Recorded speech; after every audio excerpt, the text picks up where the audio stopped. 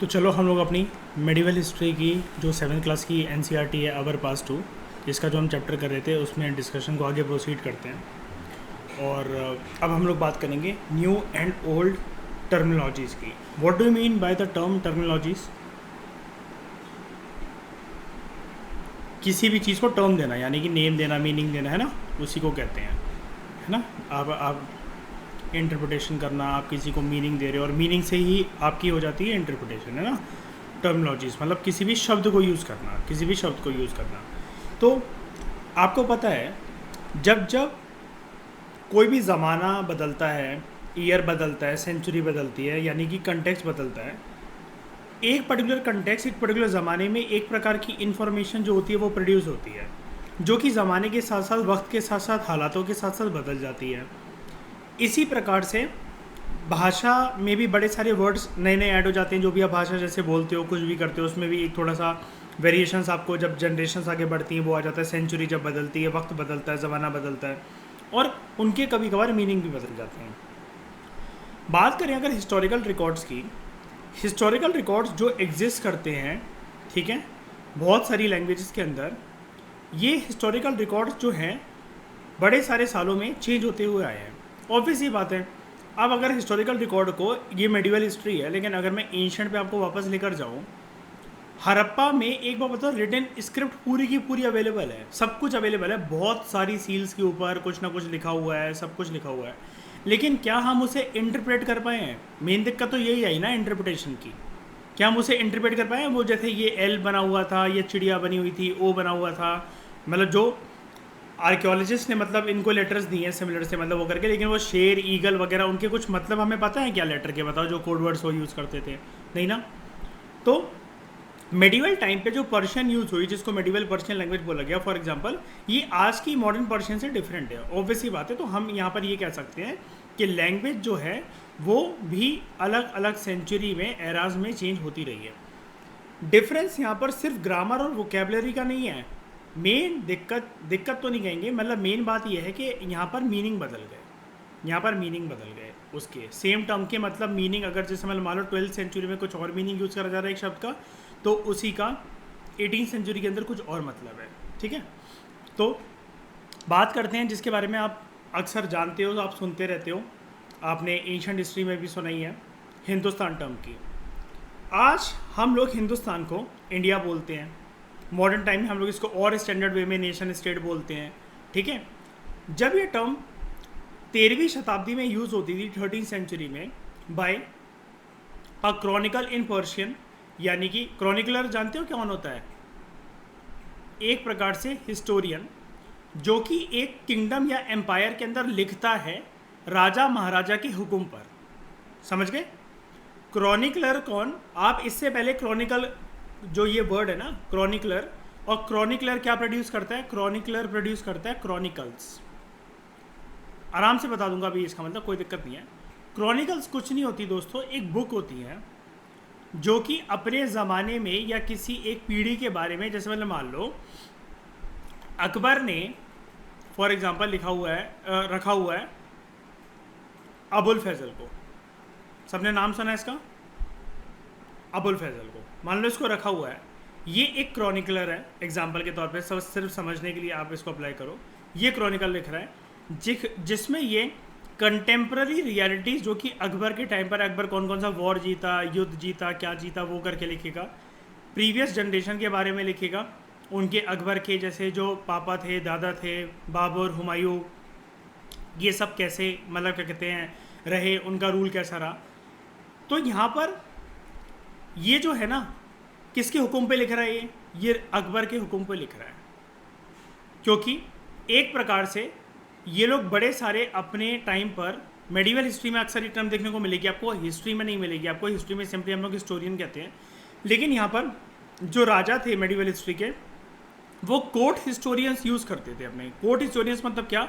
अपने दरबार के अंदर उनके बड़े सारे होते थे लोग, जैसे अकबर के पास ही हम लोग कहते हैं कि 9 लोग थे जो कि अकबर के मुख्य लोग थे, नवरत्न, 9 रत्न, अकबर के 9 मेन बंदे, जिसमें से आप अक्सर वो कार्टून देखते होगे बचपन से, अकबर के बीरबल, तो बीरबल भी उनमें से एक था, बीरबल भी उनमें से एक था, ठीक है, ऐसे बहुत सारे थे, अबुल फैजल वगैरह, बीरबल था। तो यहाँ पर ये जो कोर्ट हिस्टोरियंस हैं, कोर्ट पोएट होते थे इनके, कोई चीफ कमांडर मिलिट्री का होता था, तो ये सारे लोग उनमें से एक इम्पॉर्टेंट रोल निभाते थे एक कोर्ट के अंदर, एक दरबार के अंदर राजा के हुक्म पर। ठीक है, तो उनमें से एक की बात हो रही है जिसका नाम है मिनज आय सिराज।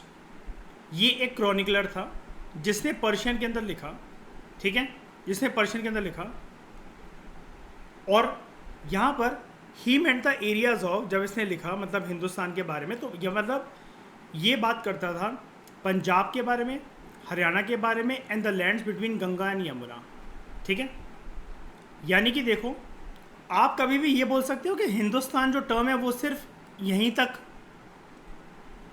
लिमिटेड है, पंजाब, हरियाणा और गंगा और यमुना के बीच का जो एरिया है, जो हिस्सा है, जो ज़मीन है, बताओ, नहीं ना।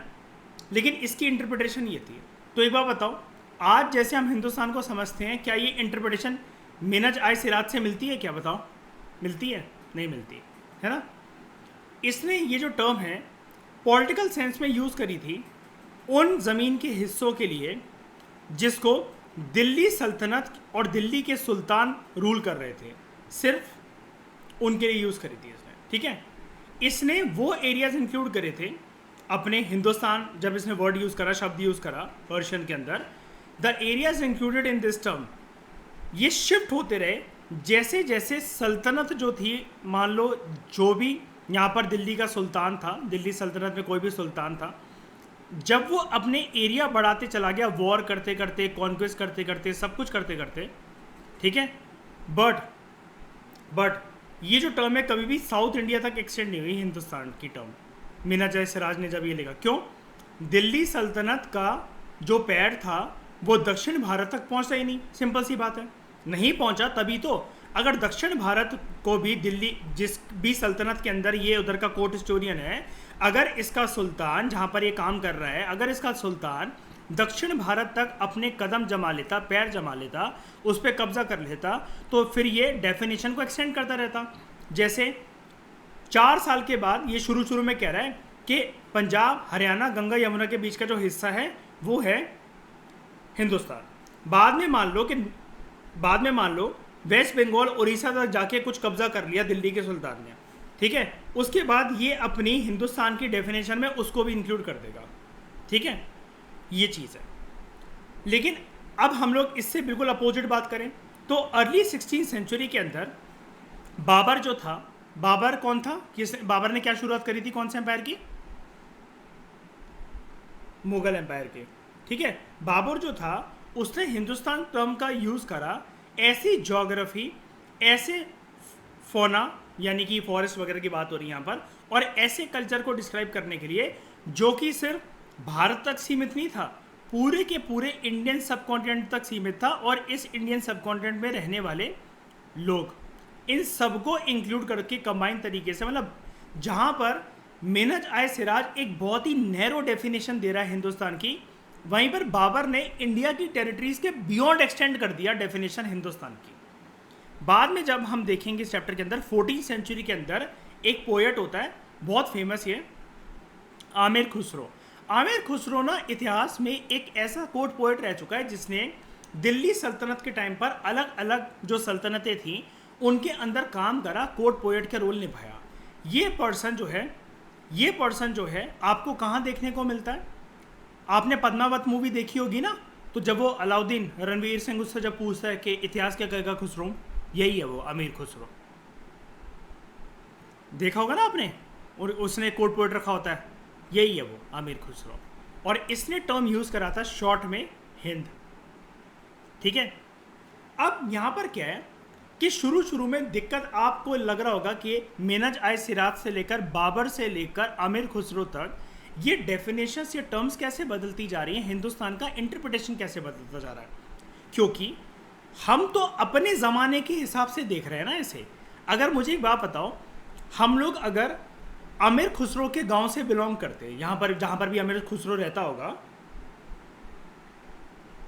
अगर हम वहाँ से बिलोंग करते और इसके ज़माने में होते 14वीं शताब्दी के अंदर, तो हमारे गांव में एक नाम नहीं होता कि खुसरो साहब ने जैसा हिंद को, हिंदुस्तान को डिफाइन करा है, ये होता है। बताओ, अगर उस जमाने में हम स्कूल जा रहे होते तो फिर वही लिख कर आते ना जो अमीर खुसरो ने बोला। बताओ।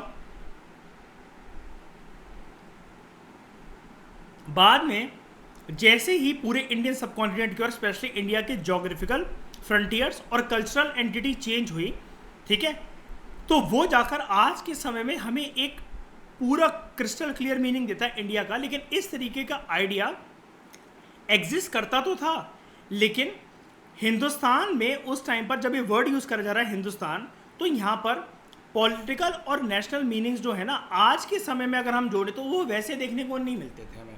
वो थोड़ा सा अलग था, एग्जिस्ट तो करता था लेकिन इतना अलग नहीं था। उसका सिंपल सा रीज़न ये है क्योंकि वो ज़माना अलग था। बताओ, इतनी बात समझ में आई? बताओ। अब ये कह रहा है कि जो इतिहासकार हैं आज के टाइम में वो बहुत केयरफुल रहते हैं उन टर्म्स को यूज़ करते हुए जिनका मीनिंग पास्ट में बहुत अलग था। फॉर एग्जांपल, एक टर्म देखो जिसके बारे में आप अक्सर समझते रहते हो, फॉरेनर। हम लोग आज के समय में फॉरेनर किसके लिए टर्म यूज़ करते हैं? एक ऐसा पर्सन जो कि इंडियन नहीं है, यानी कि इंडिया की लैंड बाउंड्री के बाहर है।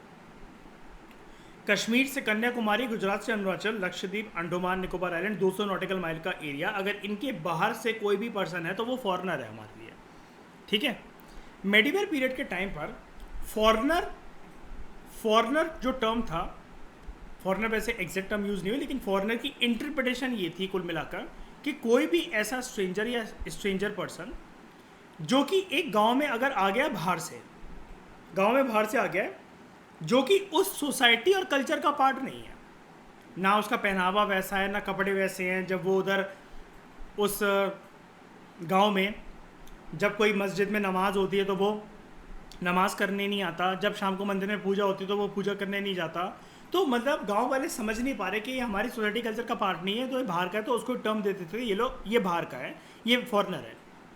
हिंदी के अंदर हम लोग इसको बोलते हैं परदेसी, ठीक है। ऐसे किसी पर्सन को पर्शियन के अंदर हम लोग इसको बोलते हैं अजनबी। ये दोनों टर्म आपने अक्सर मूवीज़ वगैरह में और वैसे भी आप जानते ही हो, सुने ही हैं, ठीक है। अब एक जो सिटी ड्वेलर है, अच्छा what do you mean by dweller? कौन होता है ये ड्वेलर? इसके आगे कोई भी टर्म लगा दो, city dweller, village dweller, forest dweller. Dweller मतलब कौन? हाँ, क्या कह रहे हो? समझ में नहीं आ रहा प्रिया, आपकी आवाज़ ही नहीं आ रही है। बांकिता, क्या कोई बताओ मुझे ज़रा, बीच में क्या कह रहे हो आप? क्या कह रहे हो?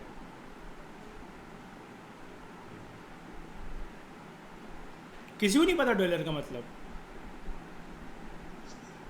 हाँ, जो वहाँ पर घूम रहा है बस, सिंपल सा ट्रैवलर, नॉर्मल भाषा में, ठीक है, ट्रैवलर। एक सिटी ड्वेलर के लिए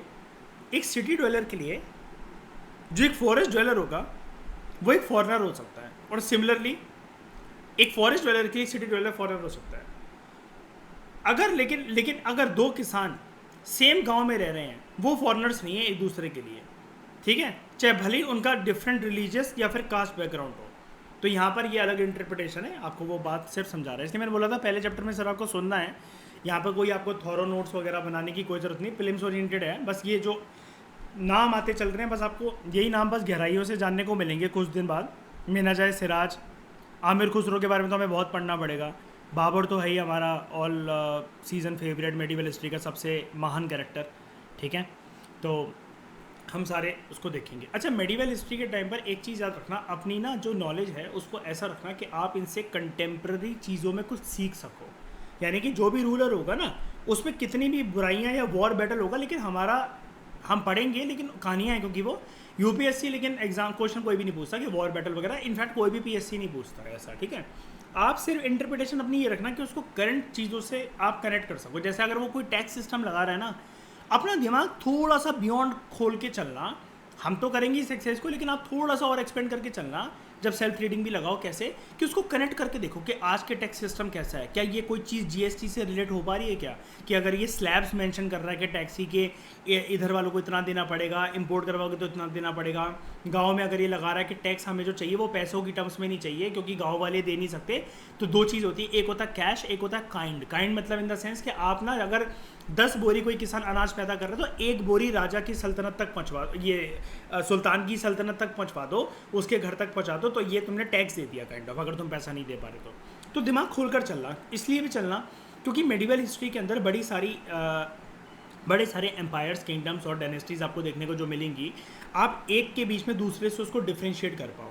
और एक फ़ायदा उससे ये होगा, अब यूपीएससी एक नया खेल खेलने लगा है, वो एंशिएंट मेडिवल में ना वो 7-5 मतलब एक वो बना देता है, मैच द फॉलोइंग बना देता है, या फिर एक नाम दे देता है 7-5 डायनेस्टीज़ के इंपॉर्टेंट रूलर के, फिर बोलता है क्रोनोलॉजिकली इनको लगाओ कि कौन पहले किसका एम्पायर था और किसका एम्पायर बाद में था। तो जब कहानी समझकर आराम से चलोगे तो आपको याद आएगा, अच्छा नहीं यार ये नहीं हो सकता, ये तो मैंने एनसीईआरटी के तीसरे चैप्टर में पढ़ा था इसका नाम, और इसका नाम मैंने 7वें चैप्टर में पढ़ा था, तो यार ये तीसरे चैप्टर वाला ये पहला होगा, 7वें चैप्टर वाला बाद में होगा। ऐसे करके आपका लॉजिक काम करेगा।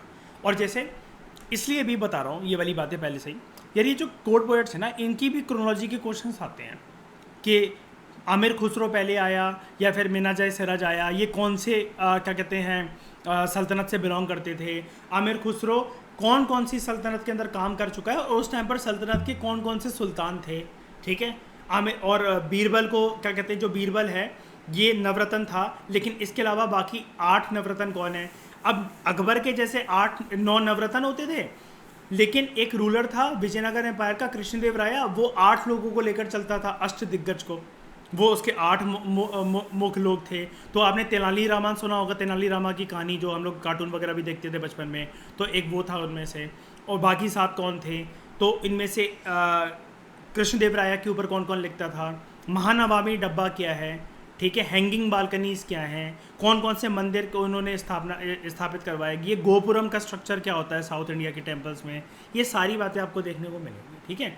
तो अपना दिमाग खोल के चलना, बस खोल के चलना इन द सेंस, बस मैं कह रहा हूँ कि आराम से स्टोरी की तरह इसको लेना। मेडिवल हिस्ट्री सबसे ईजी टॉपिक है पूरे यूपीएससी में, सबसे ईजी है। लोग बस पढ़ते नहीं है क्योंकि उनको ये लगता है बस हमें कोई सपोर्ट मिल जाए, मतलब एक बार बस कोई समझाते तो उसके बाद बस वो कहानी याद हो जाए, उनको वो बोरिंग लगता है। लोगों को लगता है कि रट्टेबाज वाली कहानी है। इसी चीज़ का यूपीएससी फ़ायदा उठाता है एलिमिनेशन के लिए, जैसा कि मैंने प्रीवियस लेक्चर के अंदर बताया था। अब बात करते हैं हिस्टोरियंस के और उनके सोर्सेज की। देखो एक बात मैं बता देता हूँ, ये वाली चीज़ ना यहाँ पर बहुत ही ज़्यादा, आप ऐसा मान लो अभी लो लेवल की है। Low level in the sense मैं कह रहा हूँ कि ये नहीं कह रहा हूँ ईजी है, ये जो हम टॉपिक पढ़ने जा रहे हैं थोड़ा सा लो लेवल का रखा हुआ है। पूरी मेडिवल हिस्ट्री में आपको 90% जो चीज़ पढ़नी है बस वो यही टॉपिक पढ़ना है, हिस्टोरियंस और उनके सोर्सेज। इन्हीं से क्योंकि आप राजाओं के बारे में जानोगे, लेकिन वो हिस्टोरियंस के नाम ना जितने इंपॉर्टेंट मॉडर्न में, एंशंट में नहीं होते, उतने ज़्यादा इंपॉर्टेंट मेडिवल में बन जाते हैं, क्योंकि एग्जामिनर के पास एक चीज़ होती है, उसको पता होता है कि हम क्वेश्चन पूछेंगे भी, फिर कोई कुछ कर तो पाना है नहीं इसमें, और वॉर वगैरह बैटल्स के बारे में कोई पूछता नहीं है। तो हिस्टोरियंस पे खास तरीके से उनके सोर्स है, उनकी बुक का नाम क्या था, ये लेकर चलना। और थोड़ा सा क्योंकि यार मुसलमानों का रूल काफ़ी रहा है दिल्ली सल्तनत और मुगल एम्पायर, तो आपको थोड़ा सा फोकस उस पर करना पड़ेगा, ठीक है। लेकिन फिर भी कहानी की तरह पूरी कोशिश करूँगा बहुत अच्छे से समझा दूँ और ऑन द स्पॉट ही याद हो जाएगा आपको।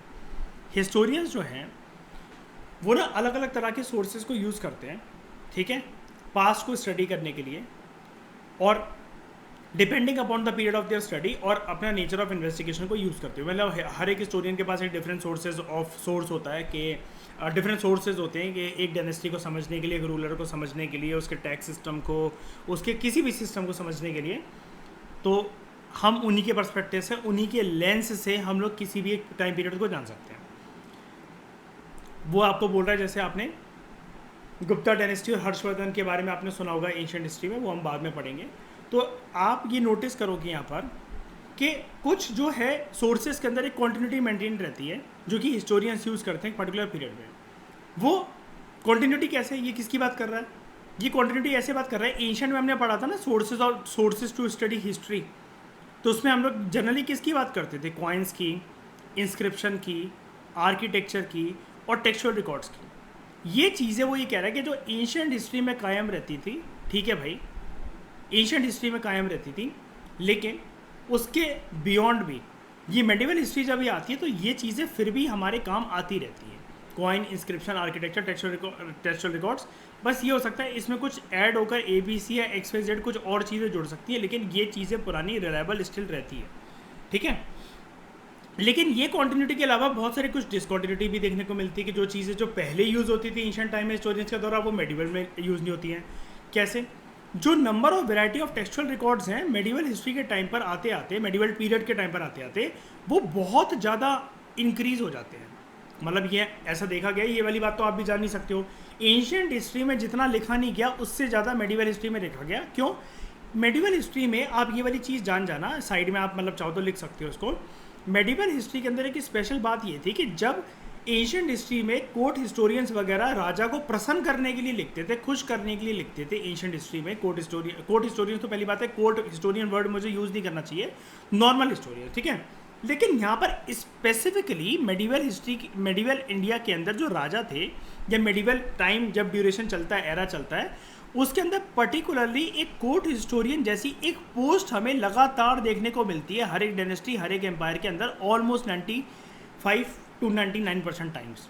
इनको अगर ये पोस्ट रखी हुई तो डेफिनेटली इनको सैलरी के तौर पर रखा गया पूरी प्रॉपर तरीके से, इनकी रिस्पेक्ट बहुत है। तो ये जब इनका काम ही पूरा यही है, जैसे आप अकबर में अकबर के टाइम पे देखोगे, मतलब पूरे की पूरी मुगल डायनेस्टी के अंदर, कि जब वो लोग कोर्ट हिस्टोरियंस रखते थे बाबर से लेकर औरंगजेब तक, जब भी इन लोगों ने कोर्ट हिस्टोरियंस रखे, स्पेशली अकबर की तो क्या ही कहना, उसने तो बहुत फोकस करा और अपने सब लोगों को प्यार करता था। और वो कोई हिंदू मुसलमान की पॉलिटिक्स उसने कभी नहीं खेली, बल्कि उसने तो एक रिलीजन भी बना दिया था अपना, जहाँ पे सारे रिलीजन को मर्ज करा था उसने, दीन इलाही करके, जहाँ पर सारे रिलीजन को से मर्ज करा था। वो अलग बात है, ये आइडिया कभी सक्सेसफुल नहीं हो सका उसका, क्योंकि जो क्लर्जी वगैरह थे, जो मौलवी वगैरह थे, वो चिढ़ गए थे काफ़ी ज़्यादा अकबर से। लेकिन फिर भी कुल मिलाकर अच्छा राजा था।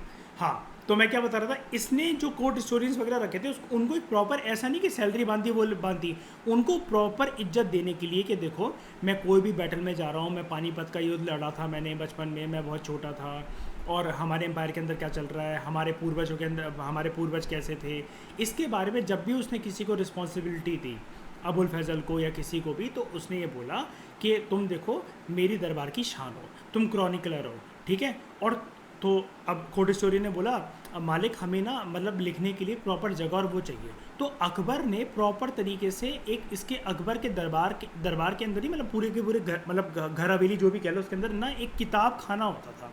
आपने अगर पढ़ा उसको, किताब खाना होता था।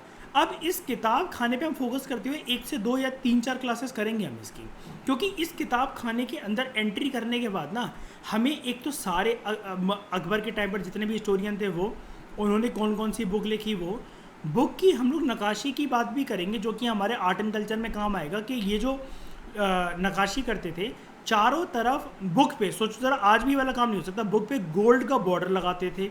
अंदर जो इंपॉर्टेंट जैसे शब्द हम लोग क्या करते हैं आज के टाइम में, हम लोग कोट एंड कोड यूज़ करते हैं ऐसा करके, इंपॉर्टेंट शब्द जो वो लिखते थे उसको गोल्ड से हाईलाइट करते थे। ये वाला काम कभी कभार 15 सेकेंड से 25 सेकेंड में ऐसे होता था। एक सोना कोई बंदा पिघला कर लाया, गाड़ कर यहाँ पर एक स्पेस बनाया गया कि जिसपे डी लिखा जाना है। उस पेज पर पिघला हुआ सोना बहुत बारीकी से ऐसे डाला गया कि पीछे वाला पेज ना फटे, और यहाँ पर जाके ऐसे डाल दिया गया ताकि ये डी का लेटर वो हो गया। इसको फटाफट फूंक मारकर या कैसे भी करके, जो भी उनके टेक्निक होती थी, हवा मारकर तो सुखा दिया गया, बुक को क्लोज करा गया, ओपन करा गया। तो ये प्रीवियस पेज पे भी डी का लेटर नहीं छपा, पीछे वाले पेज पे भी नहीं छपा, ये पेज फटा भी नहीं, और यहाँ पर डी जो है वो सोने से लिख गया। ऐसे वर्ड्स जो थे। अब देखो एक बात और बताता हूँ, अकबर फिर भी ये वाली चीज़ करवा रहा है, जबकि अकबर पेन पकड़ना भी नहीं जानता था। अकबर अपना, अगर कोई उसके सामने नाम भी लिख दे, ये वाली बात सही है जो जोधा अकबर मूवी में दिखाई गई है। ऐश्वर्या राय जब उसको अपना नाम दिखाती है कि देखो ये तुम्हारा नाम लिखा है, वो पढ़ नहीं पाता। वो कहता है तलवार ने बचपन से आज तक हमारे हाथों में कभी स्याही और कलम नहीं पकड़ने दी है, ठीक है, पेन और इंक कभी नहीं पकड़ने दी, क्योंकि तलवार ही रही है बचपन से हमारे हाथ में। तो वो पढ़ना लिखना नहीं जानता। तो जोधा को थोड़ा सा बुरा भी लगता है इस बात पे। तो ये हम पूरा पढ़ेंगे, हम इमोशंस के साथ सब कुछ पढ़ेंगे, सारी की सारी मेडिवल हिस्ट्री की कहानी को।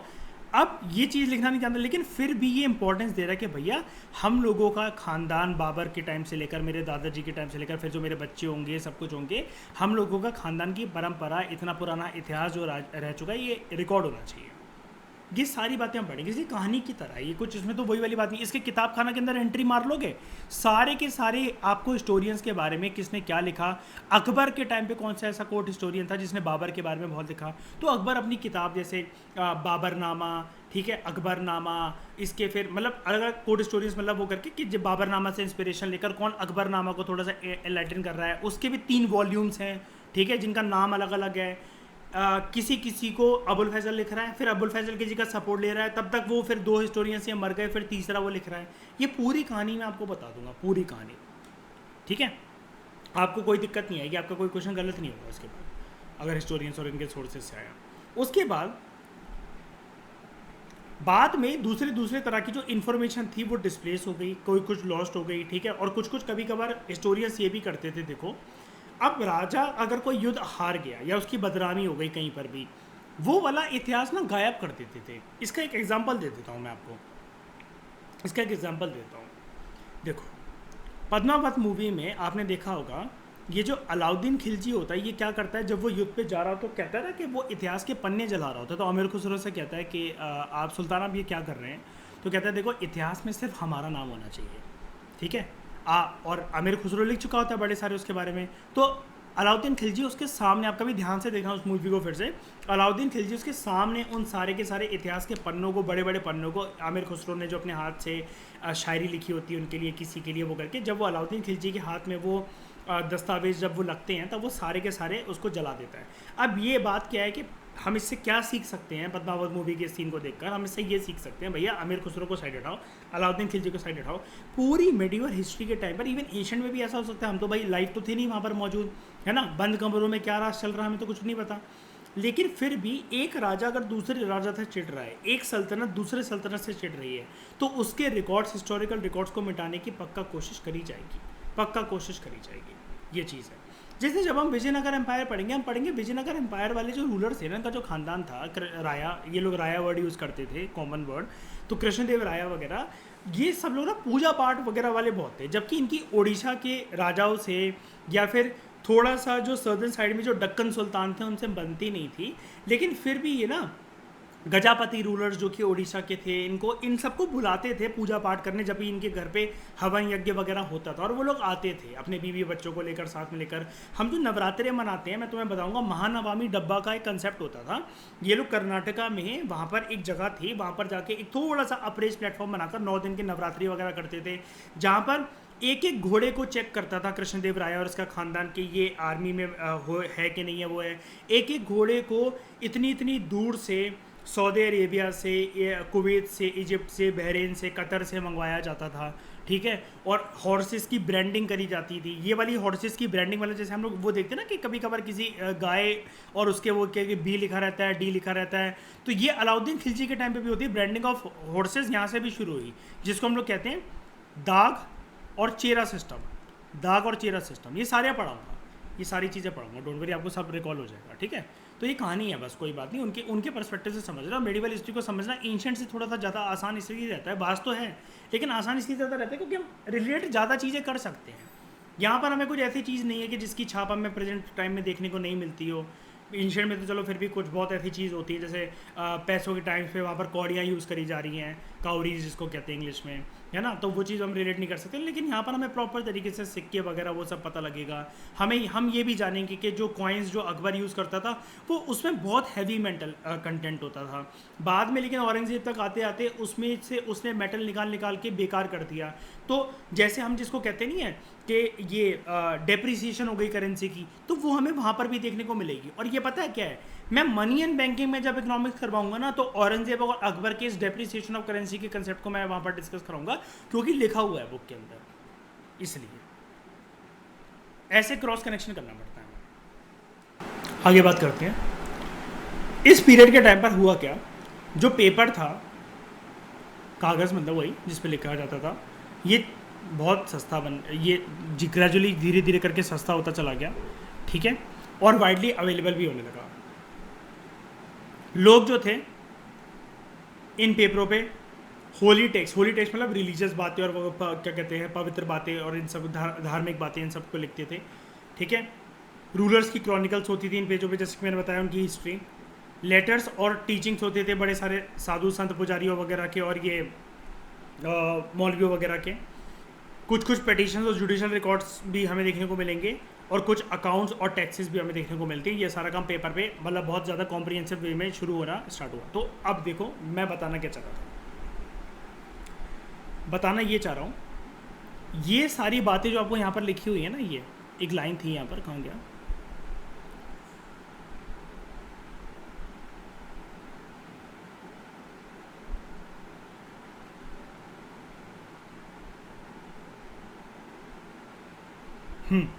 Number and variety of textual records जो हैं इस टाइम पीरियड पर, मेडिवल टाइम पीरियड पर, ये बहुत ज़्यादा ड्रामेटिकली इंक्रीज हो गए। अगर कभी आपसे क्वेश्चन आ जाए एनालाइज वाई या एग्जामिन, आपको सिर्फ पेपर को पकड़ के अपने आंसर देते जाने कि पेपर जो है वो वाइडली अवेलेबल हो गया। एक तो पेपर की अवेलेबिलिटी, और वो चीपर बनता चला गया, सस्ता बनता चला गया। इस वजह से क्वेश्चन लिख लो, एक क्वेश्चन लिखो, Why chronicles and historical accounts are widely available? Why chronicles and historical accounts are widely available?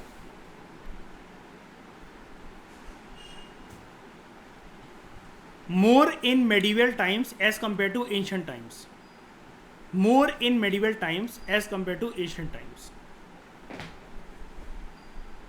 Give examples. Give examples. Example देकर समझाना है इनको, ठीक है। अब यहाँ पर ना इस आंसर को अच्छे से फॉर्मेट में लाने के लिए हमें एक चीज़ यहाँ से थोड़ी सी काम आ सकती है, क्या, पेपर की वैल्यू। पेपर की वैल्यू देखो, दो चीज़ों के बीच में कंपैरिजन करो, ये सिर्फ एक एनेक्डोट की तरह है, कहानी की तरह है, जो कि आपको थोड़ी सी अंडरस्टैंडिंग दे देगा। देखो हुआ क्या, 13वीं सेंचुरी के बिल्कुल मिड में या फिर 13वीं सेंचुरी के आसपास क्या है, जो स्कॉलर थे ना, एक स्कॉलर था, मतलब मान लो एक एनेक्डोट लिखा हुआ है, जैसे कहानी लिखी हुई है, उसको एक कॉपी चाहिए थी, ठीक है। He wanted to copy a book, उसको बुक चाहिए थी, कॉपी चाहिए थी, उसको कॉपी करना चाह रहा था, कहीं लिखना चाह रहा था, कुल मिलाकर बस ये है, उसको पन्ने चाहिए थे, लेकिन उसके पास पेपर नहीं था, पन्ने नहीं थे उसके पास।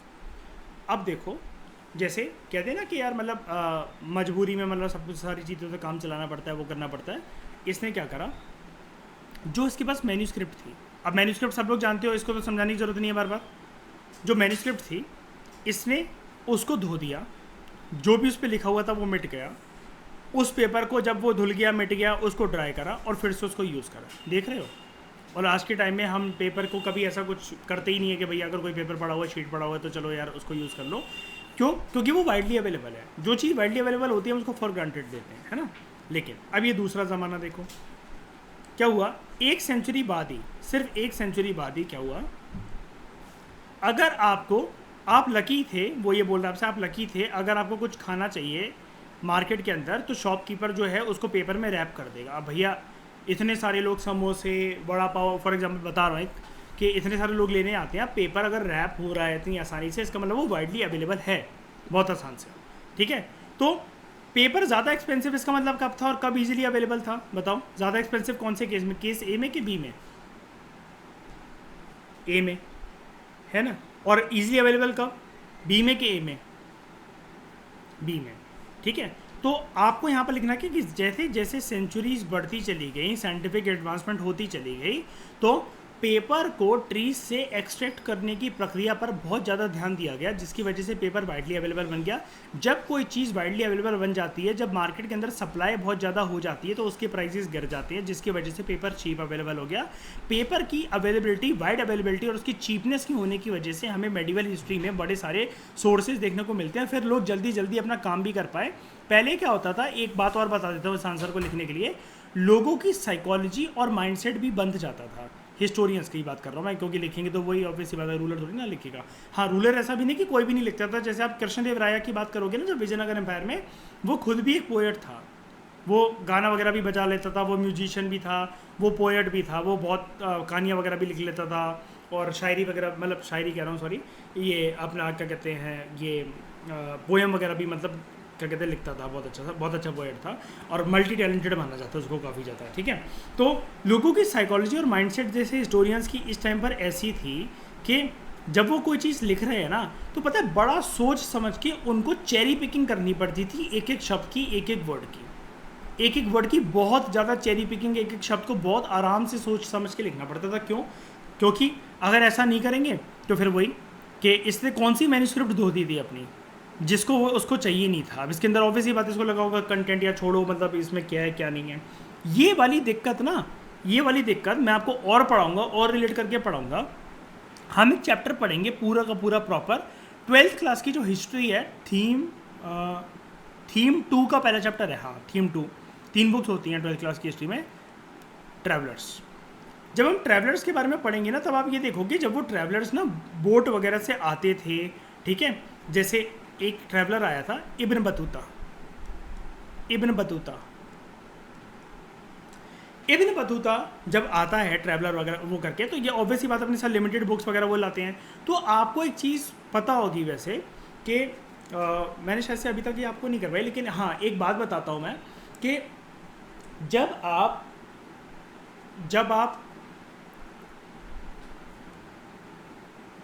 ट्रॉपिक्स में ट्रैवल करते हो ओशंस के अंदर, तो बड़ी बार समुद्र पे ऐसा फिनोमेना होता है beyond the tropics and within the region of the tropics कि हवाएं नहीं चलती समुद्र में, और समुद्र में हवाएं चाहिए होती हैं हमें बोट को आगे लेकर जाने के लिए।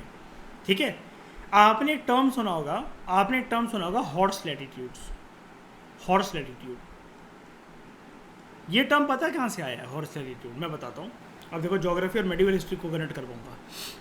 हॉर्स लैटिट्यूड जो होता है वो ऐसा ये टर्म होता है कि जहाँ पर समुद्र के अंदर इतनी आसानी से हवाएं नहीं चलती हैं। तो ये टर्म ऐसे आया कि मेडिवल हिस्ट्री के टाइम पर जब ये ट्रैवलर वगैरह वापस जा रहे हैं या इंडिया की तरफ आ रहे हैं, बोट में ना घोड़े आए हैं साथ में।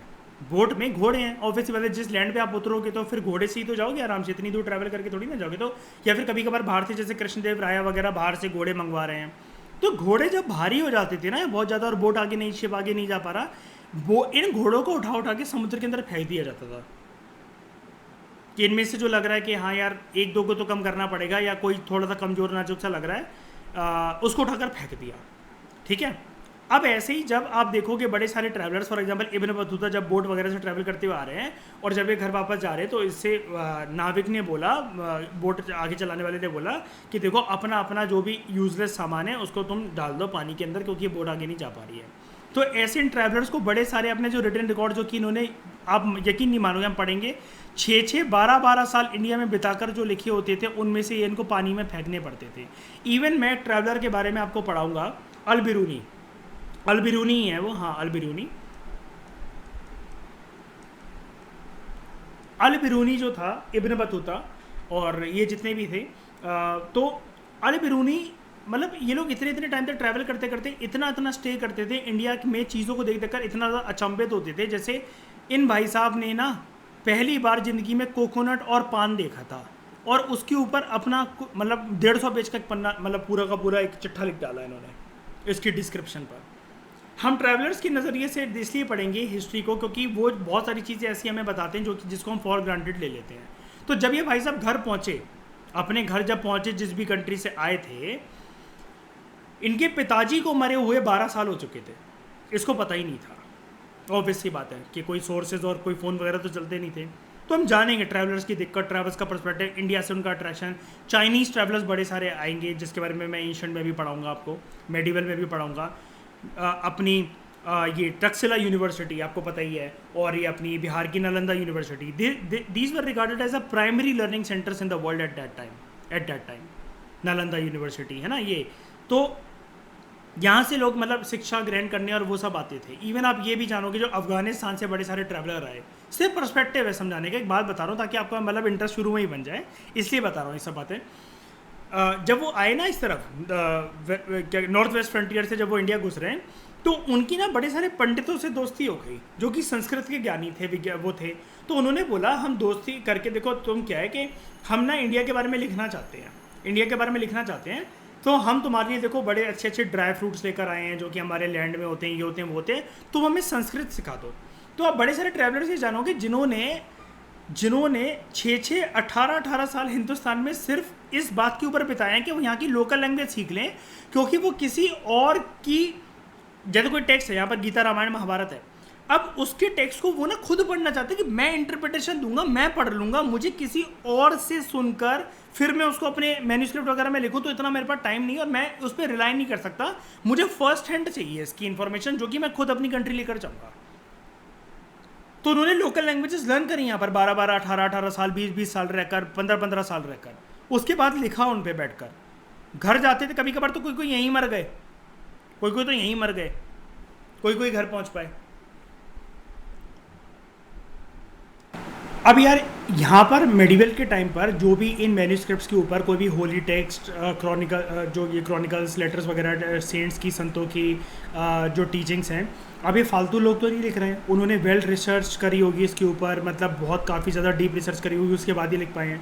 तो ये जो मैन्यूस्क्रिप्ट्स हैं ना, ये जो मैन्यूस्क्रिप्ट्स हैं ये ना वेल्दी लोगों द्वारा कलेक्ट कर लिए जाते थे, वो ले लेते थे इसको, कोई रूलर्स ले लेते थे, बड़ी सारी मोनास्ट्रीज ले लेती थी, या टेम्पल्स के अंदर जैसे कोई सेंट की कोई बात लिखी गई है ना अगर, तो वो टेम्पल्स के अंदर वो प्रिजर्व हो जाते थे। अब बाद में इनको लाइब्रेरीज में भी रखा गया और आर्काइव्स में भी रखा गया। आर्काइव क्या होता है, यहाँ पर लिखा हुआ है देख लो। आर्काइव एक ऐसी जगह होती है जहाँ पर डॉक्यूमेंट्स और मैन्यूस्क्रिप्ट्स स्टोर करे जाते हैं।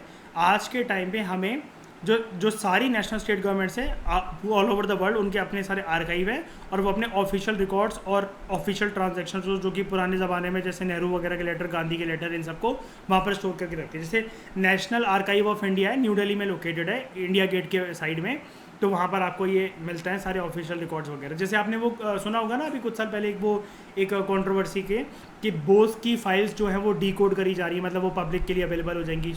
ये नेताजी सुभाष चंद्र बोस की जो फाइल्स हैं, अभी तक अलाउ नहीं था उसको, दिखाती नहीं थी सरकार पहले, अब रख दिया गया उसको ओपन करके, है ना। कैसे बड़े सारे वो होते हैं, ठीक है। ऐसी उनके ऊपर भी वो जब केस चल रहा था, आपको पता होगा अंकिता, बड़े सारे टाइम तक, बड़े सारे सालों तक वो चलता रहा केस उनका, कि ये नाथुराम गोडसे का जो केस चलता रहा।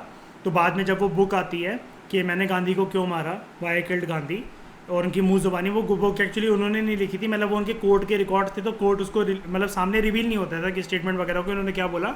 बाद में जब वो स्टेटमेंट आई तो बड़ी सारी बुक्स और वगैरह वो पब्लिश हुई।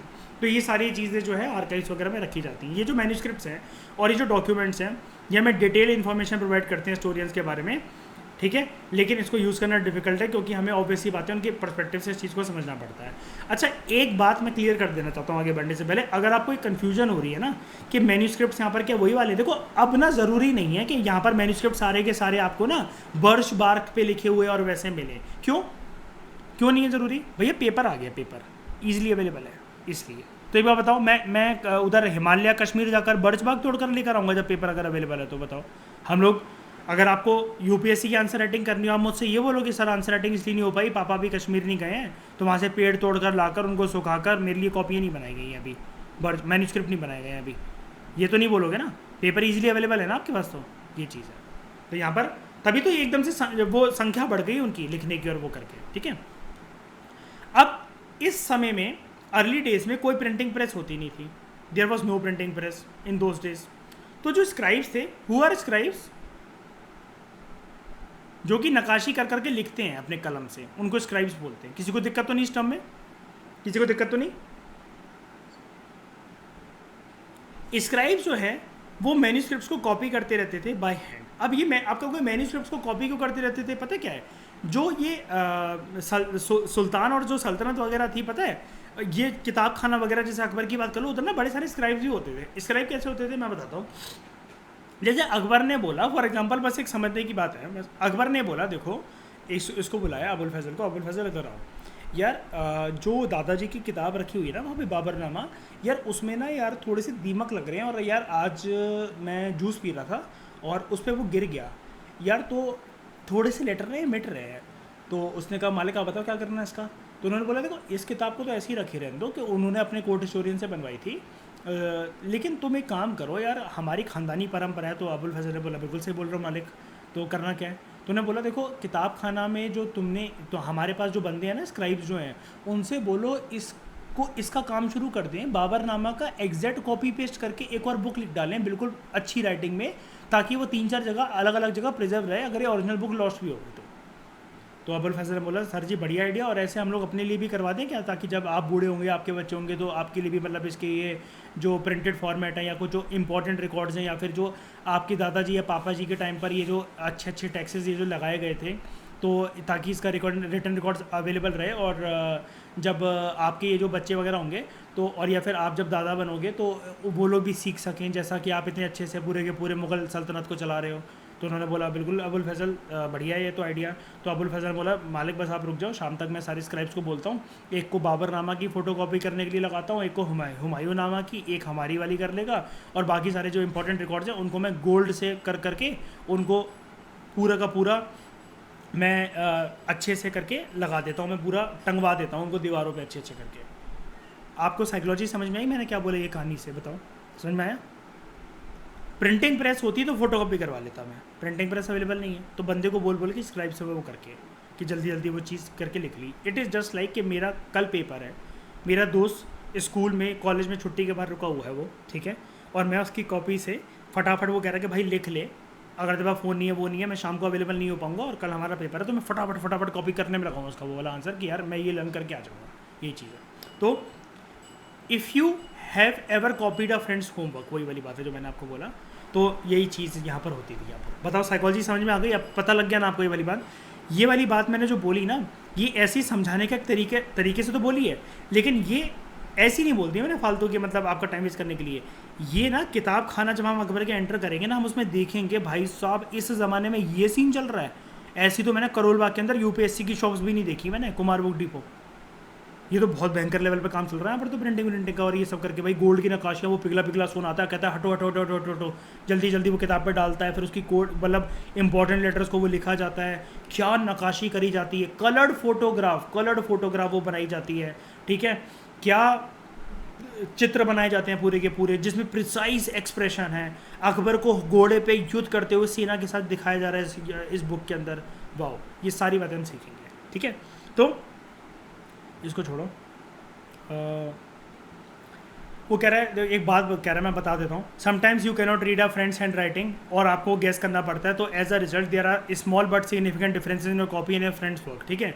मैन्यूस्क्रिप्ट्स भी है, इनके साथ भी ऐसे ही होता था। कॉपी करने में कभी कभार क्या होता था, देखो थोड़ा बहुत, अब जैसे क्या है कि अबुल फैज़ल ने शाम को जाकर किताब खाना में बोला स्क्राइब्स को, देखो मालिक का हुक्म आया है, हाथ काट देंगे वो तुम्हारे, ऐसा ऐसा तुम्हें काम करना अगर तुमने ठीक से नहीं करा, ठीक है। स्क्राइब्स गए अबुल फैज़ल के पास, सर जी ये जो जहाँ पर इनका जूस गिरा था ना ये सुबह, यार ये समझ में ही नहीं आ रहा है, यार क्या लिखा हुआ थोड़ा बताओगे ज़रा, ठीक है। अबुल फैज़ल पूछा है अकबर से जाकर ये क्या लिखा था, वो करके अकबर ने बताया। अकबर तो वैसे नहीं पाता था, लेकिन मतलब उसको पता थी कहानी, तो उसने बताया कि हाँ ऐसा ऐसा हुआ था, तो ये लिखा होगा यहाँ पर। अबुल फैज़ल से बोला, उसने पढ़ के सुनाओ, तो उसने बोला सर ऐसा लिखा हुआ है कि बाबर जी ये कह रहे हैं आपके दादाजी कि जब वो पहला बैटल ऑफ पानीपत लड़ रहे थे इब्राहिम लोदी के साथ, तो ऐसा ऐसा हुआ था, उनकी सेना कम थी वो थी। तो उन्होंने बोला हाँ ये इसका मतलब ये, फिर उन्होंने ये लिखा होगा, ठीक है। उसने जाके किताब खाना में बता दिया। फिर स्क्राइब ने कुछ पूछा उससे, तो अबुल फैज़ल फिर अकबर के पास चला गया। अब स्क्राइब फिर कुछ पूछ रहे, सर ये समझ में नहीं आया। अबुल फैज़ल कह रहा है भाई मरना चाहते हो या मुझे मरवाना चाहते हो, मैं सुबह से 3 बार होकर आ चुका हूँ और अब उनका चढ़ रहा पारा हाई, ठीक है, तो अब मैं नहीं जाने वाला, और अभी अगर अब तुम आ गए मेरे पास लौट के, ठीक है, ये काम तुम्हारा इंटरप्रिटेशन करने का, बार बार अगर तुम आ गए डाउट लेकर, मैं भाई खटिया खड़ी कर दूंगा, मैं तशरीफ़ मार लूँगा मैं सबकी। तो स्क्राइब्स ने डर के मारे क्या हुआ कि यार ये तो तशरीफ़ मार लेंगे यार, अपने आप कुछ भी करके इंटरप्रिटेशन एक वर्ड का मतलब बदल दिया डर के मारे।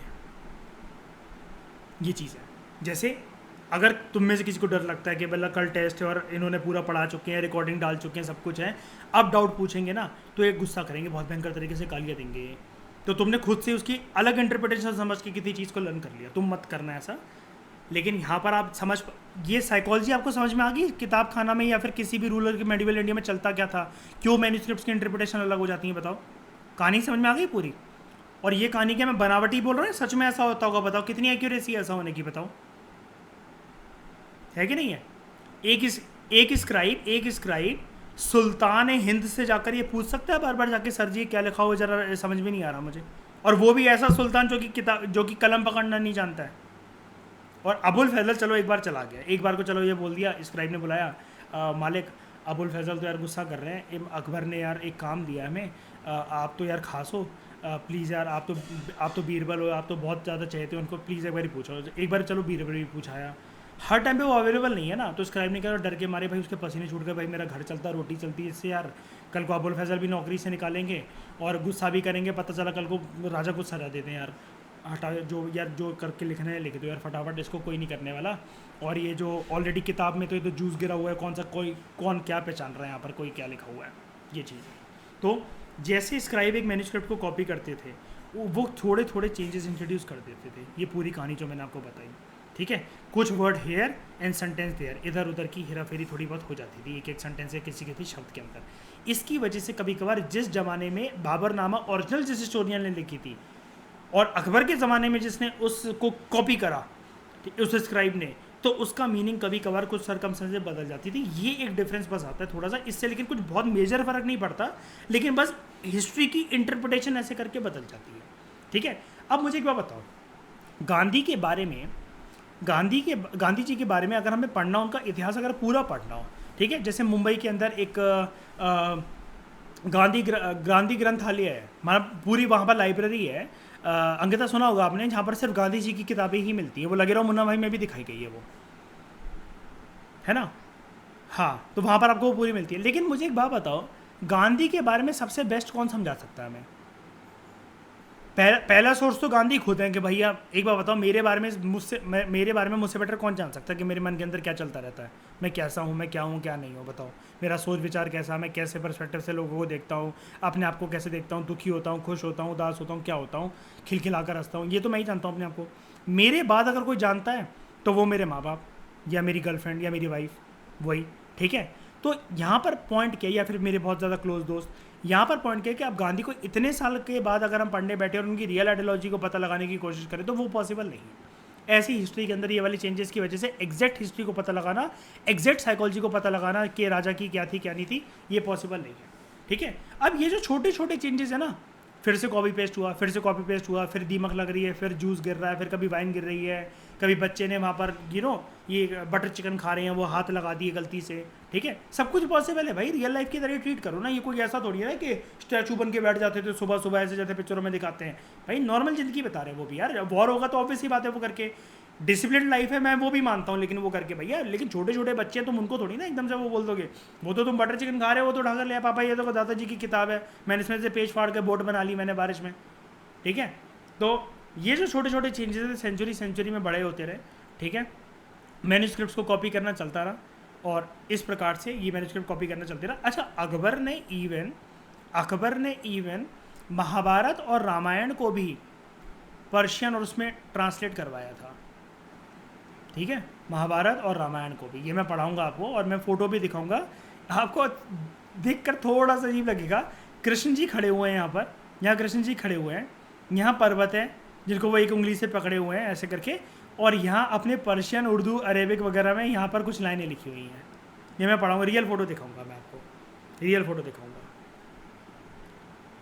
इसको कहते थे रज़मनामा, जो इसने ये महाभारत को जो ट्रांसलेट करा रज़मनामा, और मैं जो आपको वो फ़ोटो दिखा रहा था कुछ ये तो उसके बैटल सीन्स हैं, ये देखो बैटल सीन्स हैं, ये देखो कलरफुल फ़ोटो कितने अच्छे से अकबर ने बनवाई है, देखो साइड में देखो पर्शियन, उर्दू, अरेबिक वगैरह में कुछ लिखा हुआ है, ठीक है।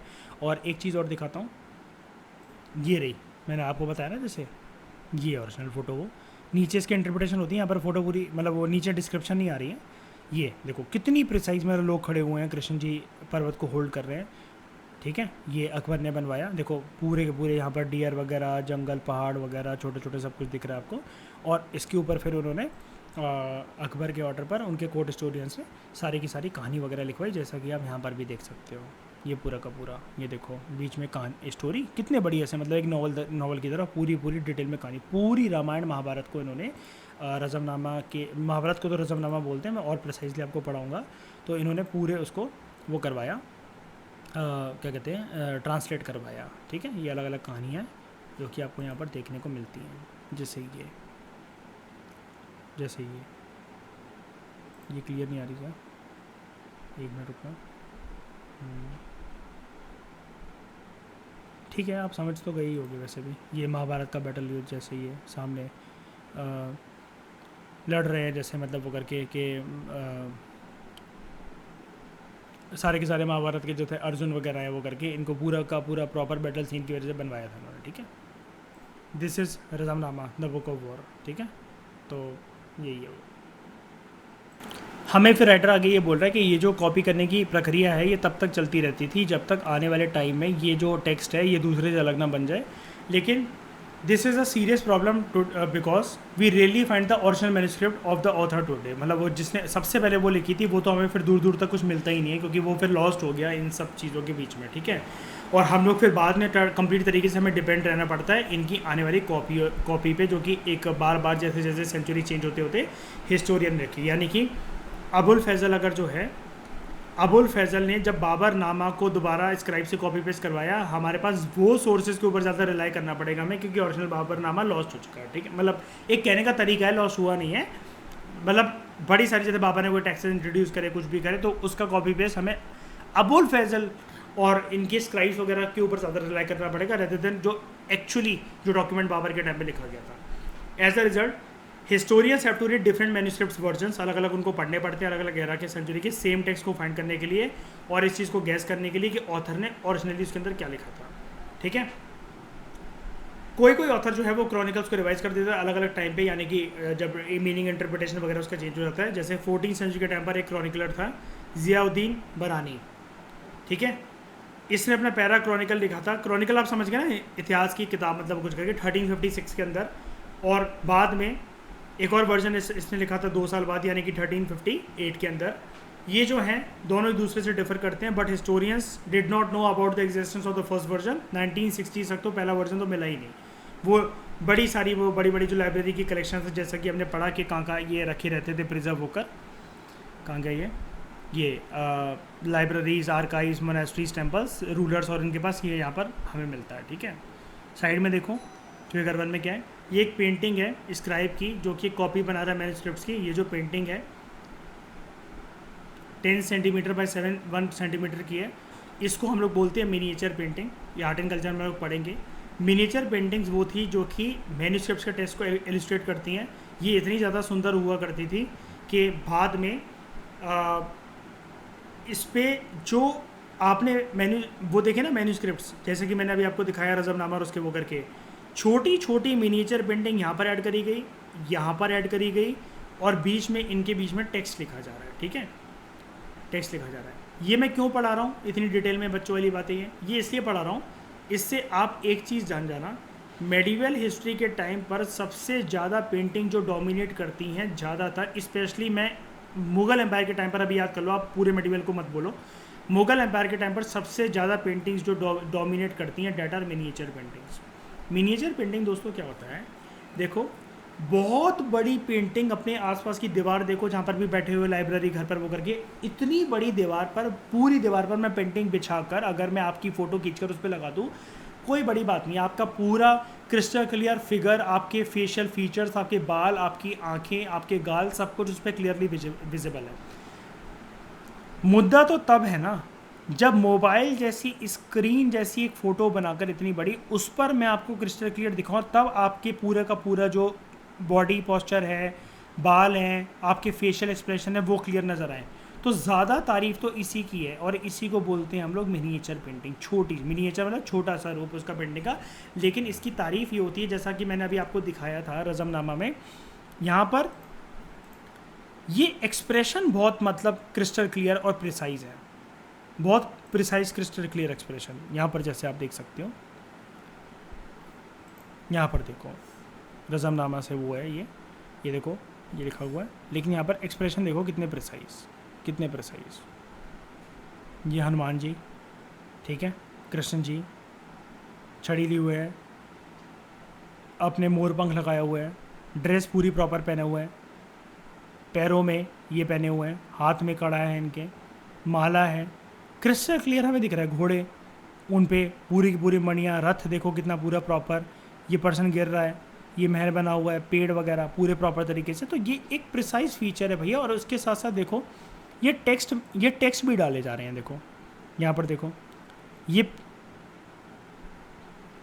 यहाँ पर जैसे देखो कितने क्रिस्टल क्लियर वे में कि ये इसके कोई पैर छू रहा है, ये लोग बातें कर रहे हैं, कबूतर उड़ा है, हाथी है यहाँ पर, हाथी पे कोई बैठा हुआ है, ठीक है, ये इसके हवा कर रहा है, यहाँ दरवाज़ा है, यहाँ कुछ लिखा हो, यहाँ देखो कुछ इसकी पूरी स्टोरी लिखी हुई है, इनकी छत है, ठीक है, यहाँ एक कमरा है, फिर से बैठने की जगह है, बगल में ये जगह है, पीछे झाड़ियाँ हैं, ये कहीं और देख रहा है, इन सब की आँखें वगैरह, पूरे एक्सप्रेशन, दाढ़ी मूंछ वगैरह, कानों में जो पहने हुए हैं, कितने कपड़े इनके, ये आगे एक ये डैगर रखा हुआ है इसके, ये प्रिसाइजली अवेलेबल है कितना क्रिस्टल क्लियर वे में, यही वाली बात मैं आपको बता रहा हूँ, ठीक है। और यहाँ पर जो आप ये देख रहे हो ये ठीक है, ये डिफरेंट तरह की हैंड राइटिंग्स हैं, यहाँ पर कुछ पर्शियन और अरेबिक में कुछ लिखा हुआ है, ठीक है। दो तरह की स्टाइल होती है राइटिंग की, सिर्फ अभी इनके नाम सुन लो, डिटेल में मैं पढ़ाऊँगा इसको बाद में। नस्तालिक, ये जो लेफ़्ट साइड पे लिखी हुई है ये वाली नस्तालिक फॉर्म ऑफ राइटिंग ऐसे, और दूसरी होती है शिकस्ते या शिकस्त कहते हैं इसको हम लोग राइट साइड में, ठीक है। ये कर्सिव राइटिंग होती है जिसको हम लोग पहले बोलते थे बचपन में, कर्सिव राइटिंग ये वाली कौन सी होती है, कर्सिव वाली नस्तालिक, और जो डेंसर और जो ज़्यादा डिफ़िकल्ट होती है वो होती है शिकस्त।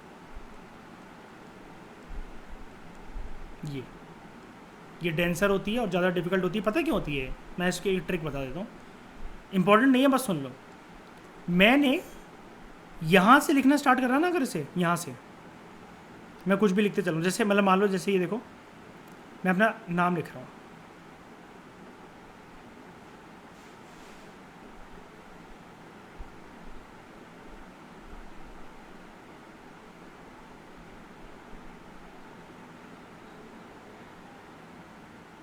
अब इधर देखना, मैं यहाँ पर अपना नाम लिख रहा हूँ,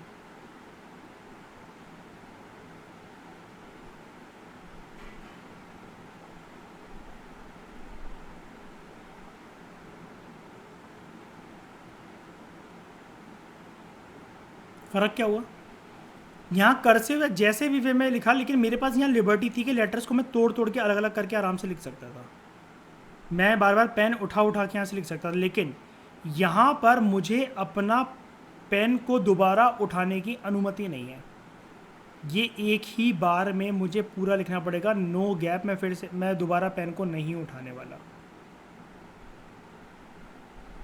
ये चीज़।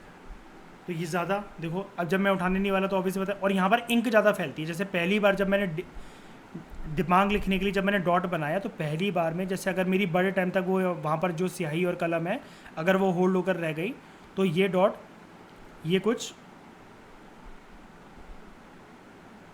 इतनी फैलेगी, और फिर उसके बाद